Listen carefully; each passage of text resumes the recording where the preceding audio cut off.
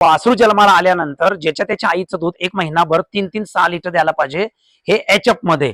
आणि ज्या वेळेला आपण मुरामध्ये काम करतो त्यावेळेला 1 सड रेडीला देतो आणि जर रेडा झाला तर त्याला अर्ध सड देतो. असं का करतो तर शेवटी दुधाच्या उत्पादनासाठी रेडीकडे जास्त लक्ष दिलं जातं आणि हे असं भेदभाव होऊ नये यासाठी आम्ही आता गाईमध्ये आणि म्हशीमध्ये बऱ्याच दिवसापासून सेक्सेल सिमेंट या ठिकाणी वापरत आहोत.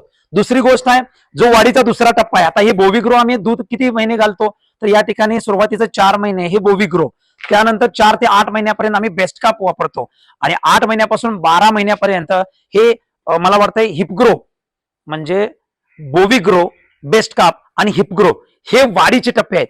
हे अजिबात तुम्ही विसरायचं नाही. आता ही जर रिझल्ट जर बघितला तर ही कालवड बघा, ह्या कालवडीला आता 20वा महिना लागलेला आहे. किती देखणे आणि किती सुंदर या ठिकाणी कालवड आहे. तसं बघायला गेलं तर याची आई जवळजवळ सकाळी 15-16 संध्याकाळी 15-16 जवळजवळ 30 ते 32 लिटर दूध देते. तिच्या पोटाला येणारी चांगल्या सिमेंटची स्ट्रॉ या ठिकाणी आम्ही टाकून अशा कालवडी तयार केल्यात. आता ही कालवड गाभण आहे, पुढची कालवड आहे, त्याच्या पलीकडची गाभण आहे, ही गाभण आहे.